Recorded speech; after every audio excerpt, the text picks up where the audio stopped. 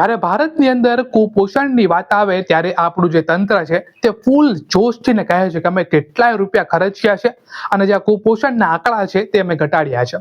તમને અનેક જગ્યાએ હોલ્ડિંગ પણ દેખાશે કે અમે એટલા જિલ્લાની અંદર એટલા વિસ્તારની અંદર એટલું અમે કામ કર્યું છે. પરંતુ જો તમે વાસ્તવિકતા જાણો અને ગ્રાઉન્ડમાં જાઓ તો અત્યારે પણ કુપોષણની જે હાલત છે તે તેવી ને તેવી જ છે. નો ડાઉટ થોડોક એવો ઘટાડો થયો છે, પણ એટલો બધો પણ ઘટાડો નથી થયો જે રીતના સરકાર ફંડ અલોકેટ કરે છે. તો પછી અહીંયા સવાલ એ પણ આવે કે જે ફંડ આવે છે તે નીચે સુધી પહોંચતું કેમ નથી? અત્યારે જે પણ કુપોષણના જે બાળક હોય એના અમુક ક્રાઇટેરિયા હોય કે ભાઈ આટલા સમય તમારે વજન ચેક કરવો પડે, આટલા સમય તમારે આ ફૂડ આપવું, આટલા સમય તમારે આ મેડિસિન આ મેડિકલની ટ્રીટમેન્ટ લેવી જોઈએ, ટેસ્ટિંગ કરવું જોઈએ, બધું જ આખો ક્રાઇટેરિયા હોય. તમે એક રેન્ડમ ગામડાની અંદર ચાલ્યા જાઓ કાં તો એક રેન્ડમ શહેરની અંદર ચાલ્યા જાઓ જ્યાં આવા જે વસ્તી હોય થોડીક આપણા જેવી ગરીબ હોય, ત્યાં તમે જાશો ને અને ત્યાં તમે પૂછશો કે ભાઈ આટલા જે ક્રાઇટેરિયા થાય છે એ તમારા શું બાળકમાં અપ્લાય કરવામાં આવ્યા છે? તો પેલી વસ્તુ તો એ કે જે પણ ક્રાઇટેરિયા તમે બોલશો ગૂગલ ઉપરથી સર્ચ કરીને એ ક્રાઇટેરિયા એમને ખબર જ નહીં હોય. બીજી વસ્તુ એ કે સરકાર એક બાજુ એવું કહે છે કે અમે આટલા જે ફંડ છે તે અલોકેટ કર્યો, તો સવાલ એ પણ બને કે જે આ ફંડ છે તે નીચે સુધી પહોંચતો કેમ નથી? ક્યાં ફંડ ગયો, કેવી રીતના ગયો, કોના ઉપર વાપરવામાં આવ્યો, એની ડિટેલ્સ કદાચ સરકાર પાસે પણ નહીં હોય. હવે પીએમ કિસાન યોજના જે આ 6,000 રૂપિયાનો હપ્તો આવે છે એ ડાયરેક્ટ ખેડૂતના ખાતાની અંદર આવે છે. હવે આમાં ક્યાંય ભ્રષ્ટાચાર થાય ના શકે, કેમ કે આખું ઓનલાઈન છે. પરંતુ આ જે કુપોષણ છે, આંગણવાડીઓ છે, આ રાશન છે, એ બધી વસ્તુ એવી છે કે જે ઉપરથી નીચે સુધી આવે તો એમાં અનેકો એજન્ટો કામ કરતા હોય જ્યાં ભ્રષ્ટાચાર થાય અને એ લાખ રૂપિયા નીચે સુધી પહોંચે તો એ ખાલી 20 કે 25,000 રૂપિયા જ બની જતા હોય છે. તો તમારું શું કહેવું છે આમના ઉપર અને આમ આદમી પાર્ટીના નેતાએ શું કીધું છે આમના ઉપર, આવો જાણીએ. આજની પ્રેસ વાર્તામાં તમામ મીડિયા મિત્રોનું ખૂબ ખૂબ સ્વાગત કરીએ છીએ. આજે મારે વાત કરવી છે કે કુપોષણને ડામવા માટે પોષણના નામે સરકાર દ્વારા દિવસે ને દિવસે ખર્ચ વધારી રહેવાયો છે, પરંતુ બાળકોનું વજન વધી નથી રહ્યું. સરકાર એવું કહે છે કે કુપોષણ માટે અમે એઆઈ સિસ્ટમ લાગુ કરીશું, પરંતુ બાળકોના જે ભૂખ્યા પેટ છે એને મેજર કરવા માટે કોઈ એઆઈ સિસ્ટમ સરકારે લાગુ કરવી જોઈએ. કુપોષણની લડાઈમાં સરકાર જાહેરાતોમાં તો જીતી રહી છે, પરંતુ સરકાર જમીનમાં ક્યાંક ને ક્યાંક હારી રહી છે એવું અમારું સ્પષ્ટપણે માનવું છે. મિનિસ્ટ્રી ઓફ હેલ્થ અને ફેમિલી વેલફેર દ્વારા એક લેટેસ્ટ રિપોર્ટ એટલે કે NFHS 6/2023-24 લેટેસ્ટ રિપોર્ટ જાહેર કરવામાં આવ્યો છે અને આ રિપોર્ટ એ સરકારની ખુલ્લેઆમ પોલ ખોલી રહી છે કે કેવી રીતે કુપોષણના નામે સરકારે આટલા વર્ષોમાં કોઈ જ કામ કર્યા નથી. આ રિપોર્ટના માટે વધારે માહિતી હું આપ સૌની સમક્ષ રાખું તો આ રિપોર્ટ જે છે NFHS 6/2023-24 જે રિપોર્ટ બહાર પાડવામાં આવ્યો છે અને આ રિપોર્ટ પ્રમાણે ઉંમર પ્રમાણે હાઈટ ઓછી હોય એવા 5 વર્ષથી ઓછા બાળકો કે જે ગામડાઓની અંદર જેની સંખ્યા 28.2% છે અને શહેરોમાં એની સંખ્યા 28.2% છે અને ગામડાઓમાં એવા બાળકોની સંખ્યા 39.5% છે. એટલે કે સરેરાશ ગુજરાતની અંદર 35.5% બાળકો એવા છે કે જેમની ઉંમર 5%થી ઓછી હોય, પરંતુ ઉંમર પ્રમાણે એમની ઊંચાઈ ઓછી છે, જેમનો શારીરિક વિકાસ પૂરતા પ્રમાણમાં થયો નથી. ત્યારબાદ 5 વર્ષથી ઓછા હોય અને ઊંચાઈ પ્રમાણે ઓછું વજન ધરાવતા હોય અને કુપોષિત હોય એવા બાળકોની સંખ્યા શહેરોમાં 15.5% છે અને ગામડાઓમાં 23.5% છે.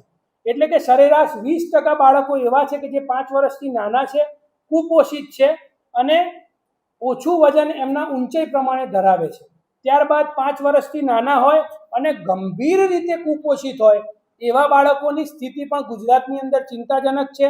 ગુજરાતના શહેરોમાં એવા બાળકોની સંખ્યા 3.8% છે અને ગામડાઓમાં એવા બાળકોની સંખ્યા 6.3% છે. ત્યારબાદ 5 વર્ષથી નાના હોય, ઓછું વજન ધરાવતા હોય એવા બાળકોની ગંભીર સ્થિતિ સૌથી વધારે છે.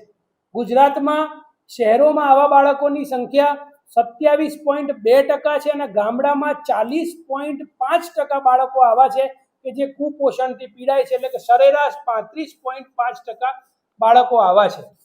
મારે આ રિપોર્ટ પ્રમાણે જે સ્પષ્ટપણે દેખાય છે અને સરકારને કહેવું છે કે આ ડબલ એન્જિનની સરકારમાં સ્પીડમાં પોષણ તો ઓછું થઈ નથી રહ્યું, પરંતુ મળતિયાઓ અને વચેટિયાઓનું પોષણ દિવસે ને દિવસે વધી રહ્યું હોય એવું સ્પષ્ટપણે અમારે માનવું છે.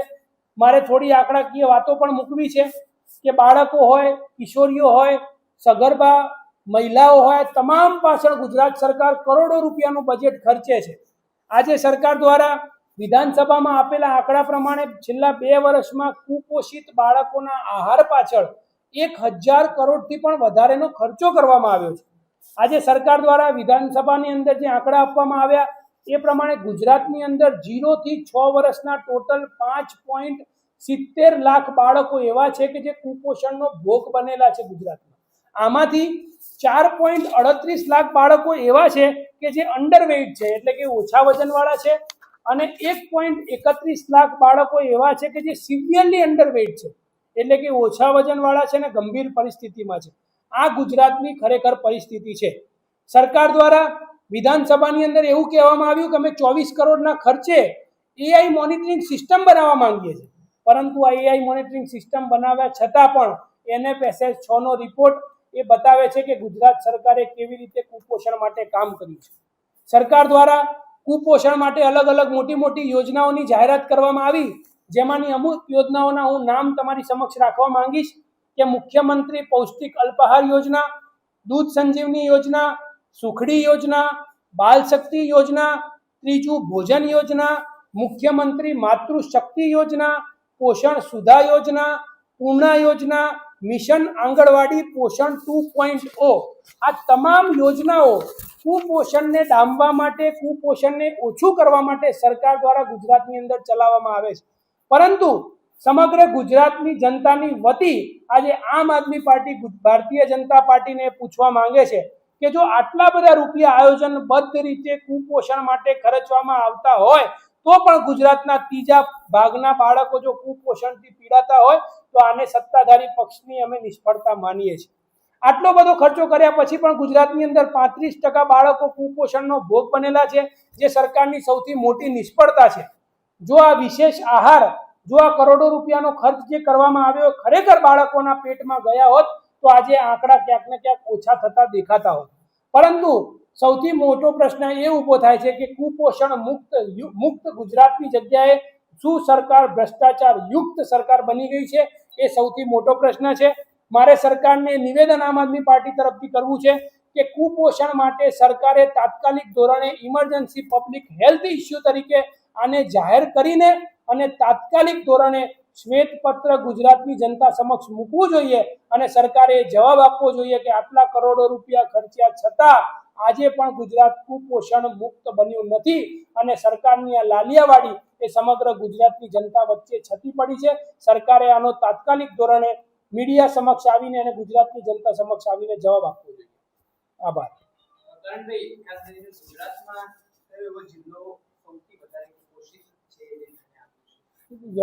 ગુજરાતમાં સરકારે જે વિધાનસભામાં આંકડા આપ્યા એ પ્રમાણે આદિવાસી વિસ્તારોની અંદર અને નંબર 1માં અમદાવાદ જિલ્લો જે હતો એ કુપોષણને લઈને સૌથી વધારે આગળ હોય એવું જાણવા મળ્યું છે. એના આંકડા એક્ઝેક્ટ મારી પાસે નથી, પરંતુ આદિવાસી વિસ્તારમાં સૌથી વધારે કુપોષણ છે. પરંતુ આ NFHSનો જે રિપોર્ટ 2 કે 3 દિવસ પહેલા જાહેર કરવામાં આવ્યો છે, આ રિપોર્ટ એ સરકારની સૌથી મોટી જે નિષ્ફળતા છે એ બહાર પાડે છે કે કેવી રીતે પોતે કેન્દ્ર સરકાર એવું સ્વીકારે છે કે સરકાર દ્વારા કોઈ પણ પ્રકારની કાર્યવાહી કરવામાં આવી નથી.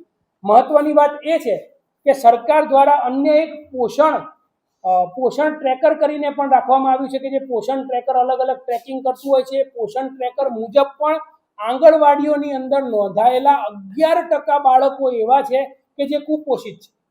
સરકારના આંકડા જેવું બતાવે છે કે કુપોષણ મુક્ત ગુજરાત થઈ નથી રહ્યું, તો સરકાર જે આ જાહેરાતો પાછળ અને મોટી મોટી વાતો પાછળ ગુજરાતની જનતાને જે ભરમાવાનું કામ કરી રહી છે એ હવે ગુજરાતની જનતા ભરમાશે નહીં, કેમ કે ભારતીય જનતા પાર્ટીની અસલિયત ગુજરાતની જનતા સમક્ષ દિવસે ને દિવસે ઉભરીને બહાર આવી.